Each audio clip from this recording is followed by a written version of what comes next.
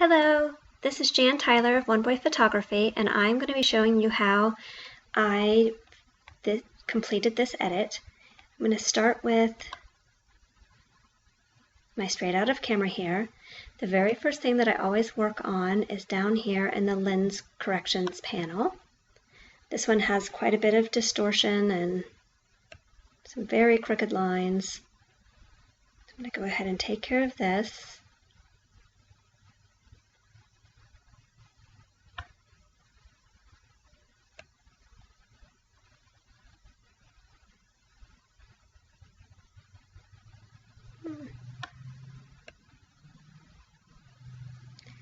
You will notice that this is a floating dock, so it's not going to be completely straight, and this also is crooked in real life, so I'm going to maintain a little bit of that so we can think about how it really is in reality. I'm going to go ahead and crop in a little bit here.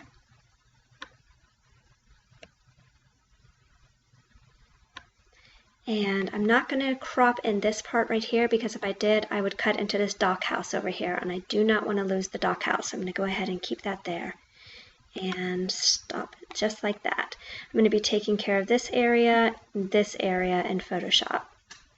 The next thing I do is I have created several presets myself. This is a preset that I use for a lot of outdoor images in full sun.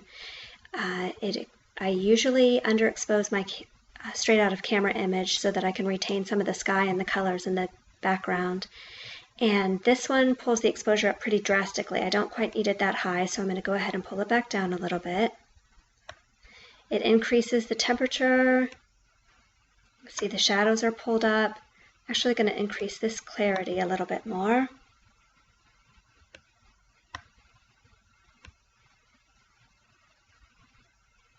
There we go. Vibrance a little, saturation a little playing the tones curve. The HSL panel is just a lot of playing with colors to see what appeals to me when I'm doing an outdoor shot. And of course I would not use the same preset or these same numbers if I were working on an image that I shot indoors. A little bit of grain. And that is the end of my Lightroom edit for now. I'm going to do a little bit more after I finish my work in Photoshop. I'm going to go ahead, and what I did is I would hit Edit in, Photoshop Elements, and then with Lightroom adjustments, I did actually already pull this into Lightroom, so I'm going to go ahead, I pulled it into Photoshop, so I'm going to go ahead and pull it up here. I already removed this area down here and kind of cleaned it up a little bit just for the sake of time. I'm going to use the spot healing brush and remove that little thing that's glowing over there.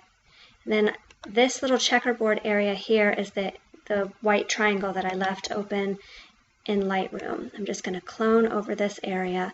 I used the Lens Baby when I shot this, so the edges are already naturally a little blurry.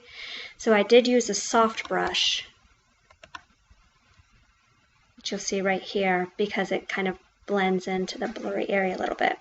And you know what? Typically I would have duplicated that layer instead of just working directly on the main layer. But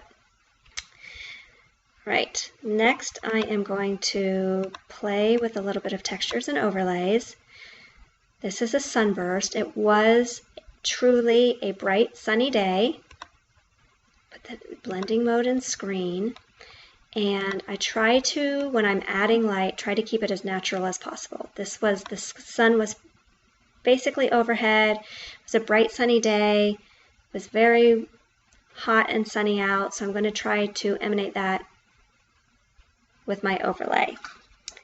The next thing I'm going to do is, a lot of times when I'm doing an outdoor image that's at the beach or playing with water, I like to add an overlay that just kind of intensifies the effect of water play. This is actually a snow overlay. I'm going to make sure I have the whole image covered. And I just feel like looks like kind of wild water drops that are flying everywhere. I'm going to use the blending mode, soft light on this. You can see it just adds a little bit of fun, and water drops down here in the water and through the rest of the image. Another overlay that I use a lot is this one. And I really love how it creates a light at the top of the image and creates darker. I'm not doing very well with this. Just adds a little bit of depth and dimension down here with these darker tones. I'm going to use this one and soft light also. There we go. See, it just adds a little bit of texture down here at the bottom and kind of brightens this area right here. Just further emphasizes the sun. Another one that I really like to use, let's see. Since it's kind of an outdoor fun image, I'm going to add some rainbows whenever we're using sun and water together. Sure to get some rainbows, so I'm going to go ahead and do this one. Just kind of played around a little bit until I found some that I thought fit the image. I'm going to use this blending mode as overlay. So just adding a hint of color. You can take this off for a minute and you see. And I do really like what it did to the image because this is what the dock, the color of the wood grain in the dock. It's an old dock and that is kind of what it looks like in real life. Next I'm going to add this one. And this one I'm actually going to flip horizontally so that we have a little bit more bright. This bright area I want to be on this side of the image. So I'm going to come over here and flip it horizontally.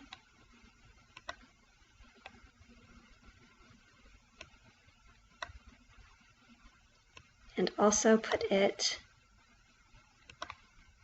in overlay blending mode.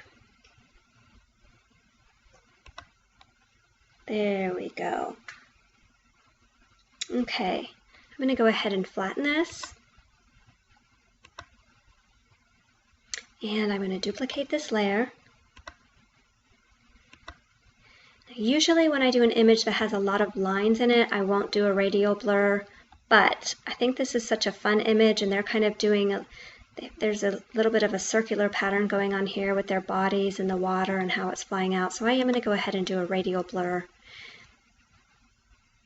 on this one.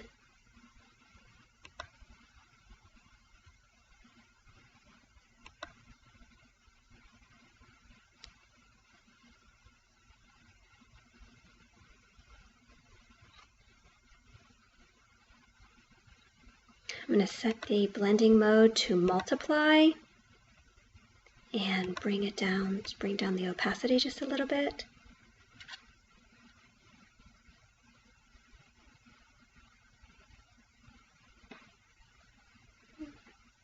Actually quite a bit, I guess, right? And I am going to mask off of the boys. Start down low. Big brush.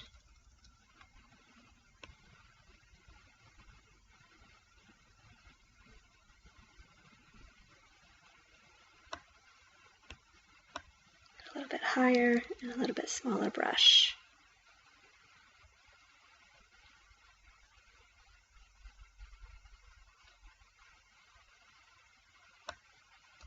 Smaller. I'm not going to do it at 100% because, like I said, I did use the Lens Baby for this, so I don't expect the image to be perfectly crisp.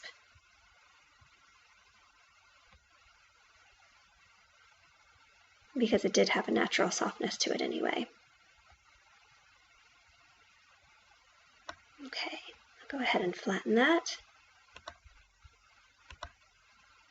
And I'm going to save it.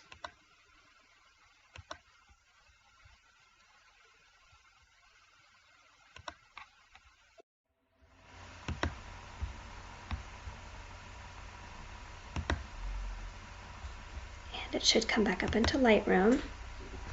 At this point, I do look at it and I do make a few more adjustments.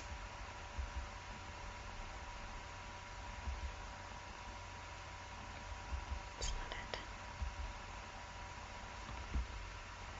it. If I can find it. Okay, this is it. And what I'm going to do is I'm going to increase the clarity just a bit.